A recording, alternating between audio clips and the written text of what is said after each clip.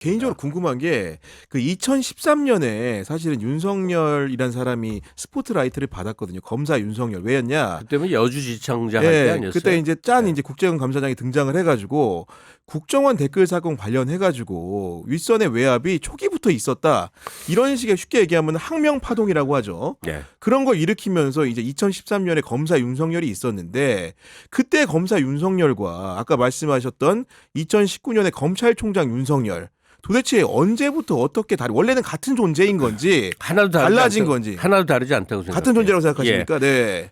왜냐하면 윤석열 이전에 좀 더 뚜렷이 기억나는 게 홍준표였거든요. 뭐냐면 여론전을 잘 하는 거예요. 대중의 눈에 들 만한 사건 위를 들이받고 이렇게 살아있는 권력을 들이받아서 뭐 네. 이제 하는 것 같은 그런 코스프레. 그리고 대중들은 쉽게 속죠. 국정원 댓글 사건이라는 것도 권분의 다툼이었던 것 같아요. 그 수사는 잘못된 수사는 아니죠. 뭐 국정원이 뭐 댓글팀 운영한다면 말도 안 되는 일인 거죠. 아, 그럼요. 근데 네. 아이템을 그런 식으로 잡는 거예요. 그래서 자기 출세 수단으로 음. 검사라는 직종이 국가가 부여한 검찰 업무 직종 내에서 선기능을 하는 게 아니라 뭐 언론 타고 그냥 졸제 스타 되기도 하고 뭐그 여론의 이제 시선을 받아 출마의 배경을 삼기도 하고 뭐 그냥 전형적으로 자기 성장의 배경으로 삼아왔던 지나왔던 여러 그 스타 검사의 전형적 족적이죠. 그리고 그 사람들 이름도 다 생각이 안 나요. 되게 많거든요. 대중의 호응을 받는 무슨 사건 막 네. 해갖고 그러는 거. 결국 보면 그 사람들이 전국에 진출하지 못해갖고 그냥 변호사를 했다면 박영수 같이 되고 이 세상에 더러운 돈이란 돈은 다 먹는 박영수 아니면 윤석열처럼 되거나 왜냐하면 권력을 쥐기 위해서 무슨 지식은 하는 식으로 줄다름 채운 거.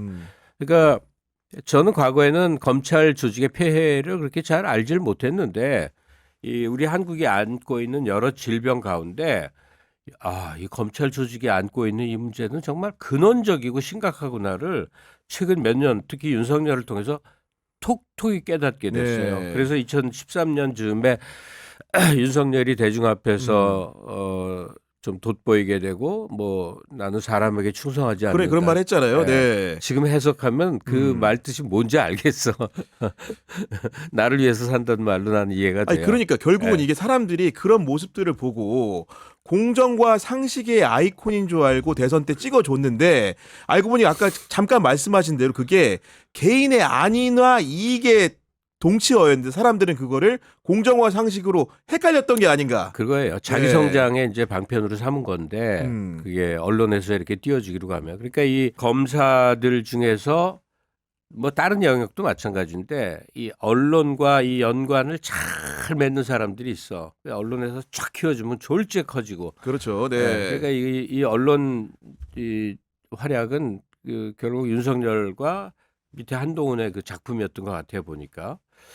하여간 이 모든 거에 우리 대중이 깜빡 속은 것 같아요. 네. 그래서 이 국가적 불행을 막는 일까지 벌어지고요. 아니 문제는 뭐냐면은 지금 우리가 지금 윤석열 측의 여론전을 간과하는 측면도 있는 게 지금 야금야금 지금 뭔가 그 늘어지는 시간 속에서 태세를 계속 올리고 있거든요.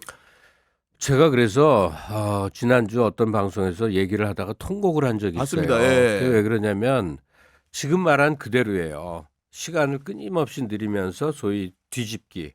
저것들의 세력이라는 거는 어떤 이익의 고리를 통해서 쫙 포진해 있는 거 아니에요. 상층부에. 그러니까 최상 목사부터 그게 눈에 보이는데 야 이거 이러다 되치기 당하나 하는 그게 여기 목까지 올라와서 그 말이 예. 정말 두렵더라고. 그래서 그렇게 이제 뭐 그런 모습까지 보이게 된 건데. 그러니까요. 네. 그로부터 이제 시간이 하루하루 지나는 동안에 그러진 못하겠다는 결론에 이르렀어요. 왜 그러셨습니까? 일단 우리가 국가기관이라고 부르는 곳들이 의외로 건강하게 작동을 해요. 무엇보다 헌재, 그렇습니다. 공수처, 법원, 경찰 조직, 군. 이 윤석열 체포 과정에서 아직 뭐 1시간 후에 이루어질지 내일 이루어질지 모르지만 체포 과정 동안에 이 기관들이 공개적으로 대국민 메시지 보내는 거 보면 지금 상당히 건강하게 작동이 됩니다. 그리고 명료합니다. 예. 예. 경호처 협조 안 하겠다. 경찰도 협조 안 하겠다. 근데 공수처는 초기에 너무나 바보 같은 모습을 보여서 이렇게 우리를 참담하게 만들더니 지금은 공수처장 굉장히 단호해지지 않았습니까? 맞아요. 달라졌어요. 태도가 완벽히. 네. 그러니까 국가 권력기관이 굉장히 건강하게 작동하는데 그 반대쪽에는 내각을 쥐고 있는 최상목 씨는 뭐 별로 의심할 바가 없는 것 같아요. 그냥 내란의 책임의 일단을 거머쥐고 어떻게든 상황을 모면하려는 친윤 세력의 일환이라고 봐야 될 것 같아요. 이거는 아닌 척을 열심히 하는데 최상목의 내각, 그다음에 국힘당, 그다음에 이제 윤석열의 경호처 뭐 이런 정도인데 남아 있는 세력들이 예. 네. 그리고 이제 일부 언론들 뭐 조선일보가 지금은 팔 걷어붙이고 왔다 갔다 어쩔 줄 몰라 하더니 딱 윤 쪽으로 붙었더라고요. 중앙 보니까. 동아는 확실히 다른 입장인 거고. 그럼요. 네. 그럼요. 그러니까 네. 그들도 분화가 돼 있는 거죠. 근데 전반적인 기류라는 게 있지 않습니까? 이제 윤으로 되물릴 수는 없는 것 같고 이건 누구나 똑같은 진단을 하고 저도 동의하는 게 저들도 윤이 복귀하리라고 믿는 건 아니고 어떻게든 시간을 끈 다음에 이재명만은 떨구겠다. 네. 이 목적 하나로 지금 움직이는 것 같다. 그 나가는 마당에 좀 이제 다시 이제 원래의 문제로 돌아와서 좀 여쭤보고 싶은 건 뭐냐면은 대통령 관저에 윤석열 혼자 있는 게 아닙니다. 그 여사 대통령 그 영부인이죠. 김건희라는 존재도 있는데 결국은 그 이 사태의 근간을 지난주에 이제 우리 그 지난주 토요 특별판에서 비슷한 얘기를 했었는데 장인수 기자를 모셔놓고 그 김건희 여사가 지금 어떤 생각을 하고 있고 이 파국에 대해서 어떤 꾀를 내고 있을까 이런 궁금증도 사실 적지 않거든요. 짐작해 볼 수 있지만 다 그래 봤자지. 그렇죠. 예. 그래 봤자고 그 검찰은 아는 것 같아. 그 김용현 공소장 우리 봤잖아요. 파국을 예. 무서운 거. 맞습니다. 케이블 네. 타이를 묶어서 백령도 가서 뭐 누구 빠뜨려 죽이고 뭐 그런 거 있잖아요. 이제 그러니까 경찰은 진짜 미련해. 제대로 된 브리핑 하나 없는데 검찰은 그거 딱 던져갖고 자신의 존재 가치를 입증하잖아요. 그 정치라는 건 때로는 권력 작동이라는 거는 대중의 응어리를 풀어주는 역할이 굉장히 중요할 때가 있거든요. 그래서 지금 김건희 얘기를 하셔서 하는 얘기인데 우리가 윤석열 체제라는 그 짧은 몇 년 동안에 우리가 얻은 폐해가 너무 큰데 이 응어리를 어떻게든 좀 풀어줘야만 대중이 한번 숨쉬고 다음 단계로 가요. 그러려면 김건희는 언젠가 뭐 반드시 체포되지 않겠어요? 우리가 알고 있는 범죄만 해도 어디냐고. 드러난 내용들만 네. 가지고도 네. 그래서 8만 대장경을 써야 돼요. 그러니까 윤석열, 김건희들의 일생, 살아온 일에 범죄적 성격, 그와 연루된 사람들을 정말 낱낱이 밝혀서 국민 앞에 공개를 해줘야 돼요. 우리가 알고 있는 것들 쉬쉬하는 것만 해도 엄청 많잖아요. 아니 그리고 선생님은 사실 김건희 여사랑 과거에도 이제 교분도 있으셨는데 제가 알기로는 그런 상황에서 이제 이 지금 현 상황을 보면은 재밌는 부분들이 있는 게 저는 그런 생각 들었어요. 그러니까 명태균이라는 사람하고 주고받은 문자가 나왔잖아요. 윤석열 김건희 부부가. 근데 윤석열이라는 사람은 그 대응이라는 게 우리가 예측 가능한 범위 안에 있어요. 원래 그의 모습이 똑같이 거기도 이입이 돼 있어.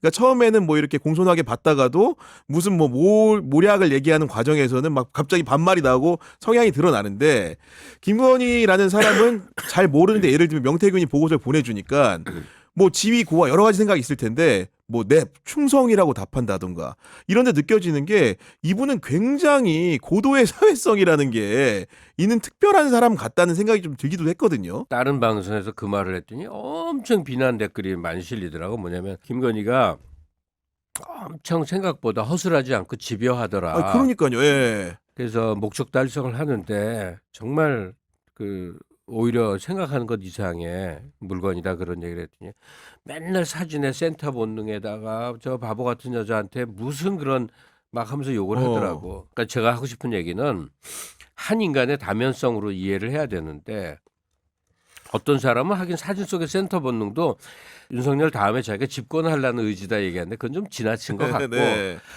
저 자꾸 기침하는 거 좀 이해해 주세요. 저 감기 걸리셔가지고 네.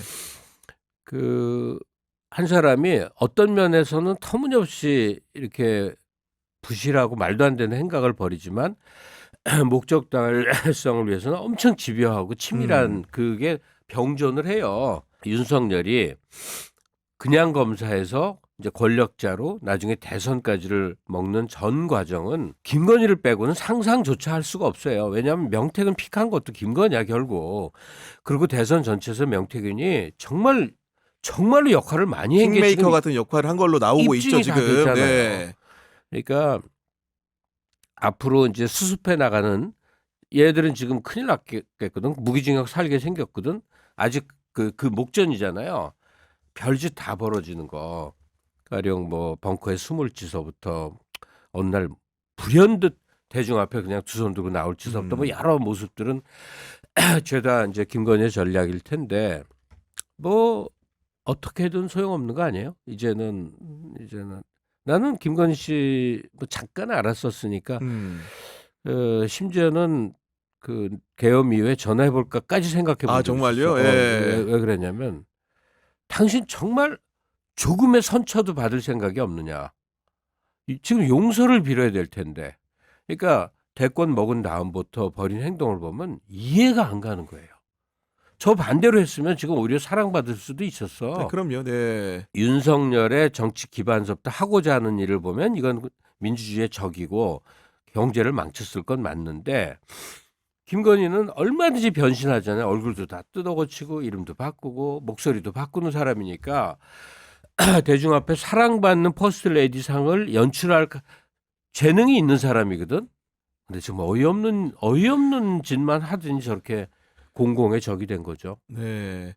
그런 상황들이 너무 안타깝고 지금 어찌 보면 교착 상태에 빠진 이제 정치 국면 때문에 많은 분들이 이제 여전히 불안해하시고 선생님도 이제 한때는 이제 불안해하시다가 뭔가 또 다시 자식이 확신을 가지시고 되돌릴 수 네. 있는 국면은 이제 지나갔어. 네. 가서 뭐 어떤 그 되치기 전략이 펼쳐져도 소용없겠구나까지 확신에 도달했다 얘기를 합니다. 네. 그렇다고 한다면은 이제 아까 이제 오늘 방송에 길게 해주신 얘기들이 앞으로 이제 어떤 준비를 해야 되는 희망적인 상상을 좀 해보자 이런 취지로 들리는데 그런 자기 신념을 강화하고 뭔가 희망을 갖기 위해서 혹시 조언해 주실 만한 얘기들이 좀 있습니까? 어떤 준비를 좀 해보자. 아니요, 일상으로 돌아가는 게 더 필요해요. 그래요? 지금 우리 뭐 더 이상 생활 속의 정치가 중요하긴 한데 네. 다들요 하루하루 사는 게 글쎄 그 비상 상황이잖아요. 그렇습니다. 네. 근데 우리 일상 속에 돌아가서 이제 휴식하고 놀고 즐거워하는 일이 많을수록 생산성이 높아지잖아요. 이 비상 상황에는요 극도로 생산성이 떨어지게 돼 있어요. 그래서 좋은 정권 만들어서 우리가 원래 잘하던 것들을 잘하고 있잖아요. 그러면 우리가 회복은 오래 걸리는데 네. 어느 날 회복하다가 뚝 보니까 우리가 다음 단계를 밟고 있는 그런 일을 경험하게 되거든요. 그래서 저는 그 우리나라가 이러다 말지 하면서 이제 소위 중진국 함정 그 거꾸러지는 나라의 모습을 밟는 것 같아서 계속 고통스러워하다가 몇 개월간을 거치는 동안에 그래도 한 번은 다시 일어서 볼 기회가 오지 않겠는가 이런 낙관적 전망을 합니다. 네.